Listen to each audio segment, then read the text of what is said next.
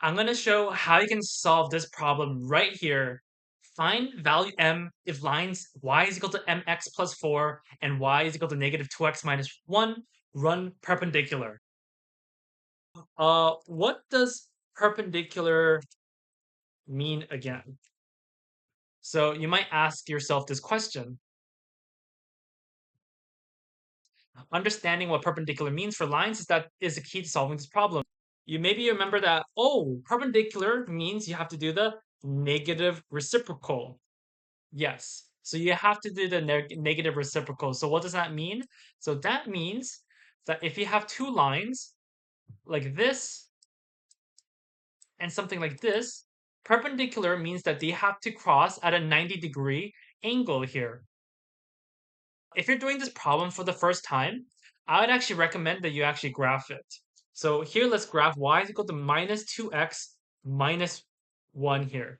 So that's that line. And maybe let's just say that y is equal to x plus 4. So we don't know the value of m, but let's see. I'm going to attach this picture here. I'm going to add the step, and I'm going to attach the picture here, actually.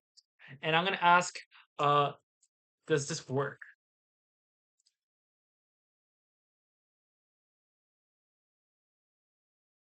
We found out that it doesn't work.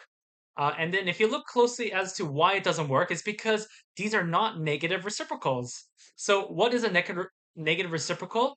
Negative reciprocal is basically, we're going to take the value, let's write out the function here, and we're going to take the slope here. What is the slope? The slope is equal to negative 2.